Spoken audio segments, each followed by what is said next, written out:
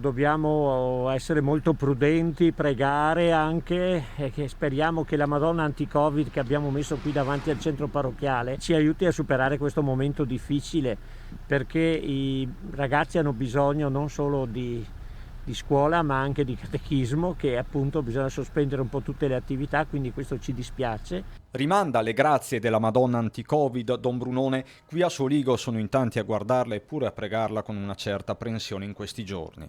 Preoccupa, senz'altro, sempre preoccupa. Insomma, siamo preoccupati abbastanza. Allo stato attuale la stessa ULS conferma come alla primaria Ancillotto, che resta chiusa, le positività emerse tra alunni e docenti siano una ventina, mentre si saprà giovedì l'esito dei 200 nuovi tamponi fatti in queste ore. I controlli allo stesso tempo si stanno spostando anche su altre scuole del territorio frequentate da congiunti.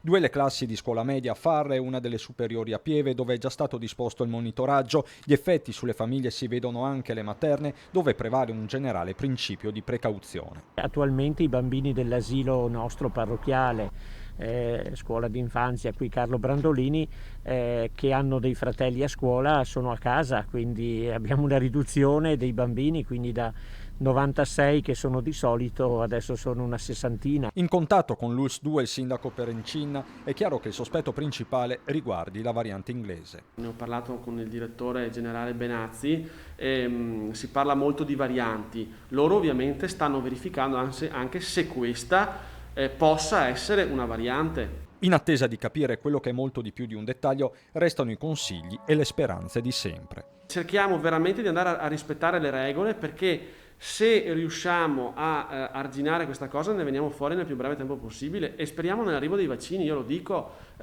poi si può essere a favore o contro, ma io personalmente spero veramente che ci arrivino questi benedetti vaccini.